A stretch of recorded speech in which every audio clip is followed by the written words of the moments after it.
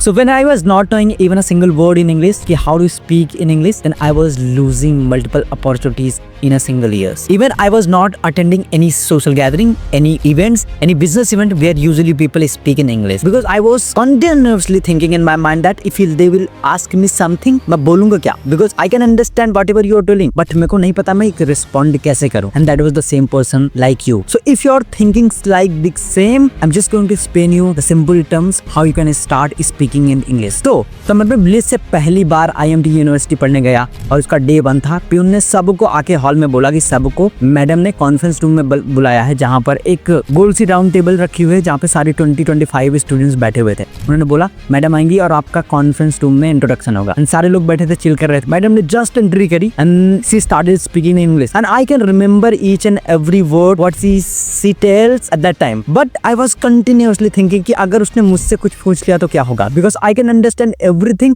But बोलूंगा क्या. And that was the exact same thing कि उसने पूछ ही लिया. एंड यू नो उस टाइम क्या हालत हुई होगी. I was sitting in a AC but उस टाइम पसीने पसीने था. And at that time that madam told us 3 ways how you can start speaking in English in next 2 to 3 months. And that was 3 simple steps. पहला था, and I'm just going to explain you exactly what will those 3 simple terms will be और उनको use करके कैसे आप English speaking सीख सकते हो. यहाँ पर इस वीडियो में मैं इंग्लिश स्पीकिंग को इतना ज्यादा बढ़ा चढ़ाकर इसलिए नहीं दिखा रहा क्योंकि ये लैंग्वेज है. मैं इसलिए सीखने पर फोकस कर रहा हूँ बिकॉज अगर इंग्लिश ना आने की वजह से आपको बहुत ज्यादा अपॉर्चुनिटी मिस हो रही है, जैसे मेरी मिस हो रही थी, तो उसको जरूर लर्न करना चाहिए कि कैसे बोलना है. तो in just next 3 to 5 minutes I am just going to explain 3 simple terms जिनको यूज करके मैंने इंग्लिश सीखी और मैंने इतनी इंप्रूव करी और उसके बाद आप कैसे कर सकते हो. And this is exactly what works for me. तो उसके सिंपल टर्म्स हैं. पहला टर्म्स है स्टार्ट रीडिंग इंग्लिश. उस टाइम सेम टाइम पे जैसे ही मैडम ने बताया था 3 स्टेप फॉर्मूला है कि read in English, think in English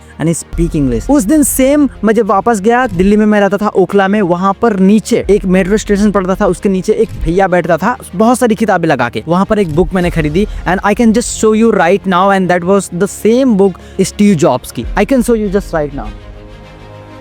this is the same book which I purchased last 2 years back और मैं इसको पढ़ रहा था. I can tell you surely मुझे एक भी वर्ड नहीं समझ में आते थे एग्जैक्टली वो लिखा क्या है. मतलब I can read everything but उस टाइम समझ में नहीं आता था कि वो सेंटेंसेस की मीनिंग एक्चुअली में हिंदी में क्या होगी, गेस कर सकता था. But I started reading, then after that I started thinking. When I was thinking something तो वो हिंदी में निकलते हैं. फॉर एग्जांपल सबसे बड़ी प्रॉब्लम क्या होती है इंग्लिश स्पीकिंग में, कोई चीज हमें बोलनी है तो हम वो चीज पहले हिंदी में दिमाग में सोचते हैं, फिर उसको इंग्लिश में कन्वर्ट करते हैं, फिर हम बोलते हैं और इस प्रोसेस में लगता है टाइम. इसी को कम करने के लिए उन्होंने ये शॉर्ट टर्म फॉर्मूला दिया था, read in English, then after that you can be able to think in English, then after that completely वो ऑटोमेटिकली आपके वर्ड्स दिमाग से सीधे वर्ड्स पे आते हैं, आपके माउथ में आते हैं और आपकी टंग, क्योंकि आपने पढ़ना स्टार्ट करा था तो जोर जोर से चिल्ला के पढ़ो जितना ज्यादा कर सकते हो. इससे आपकी टंग ना ट्विस्टर्स हो जाएगी, एक्सरसाइज होगी और वो यूज्ड टू हो जाती है कि हाँ ये वर्ड मुझे बोलना है, तो उस लेवल पे वो अपनी एक्सरसाइज करवा लेते हो. तो these are the 3 terms which I started using. की पढ़ना है तो इंग्लिश में तो यू कैन जस्ट सी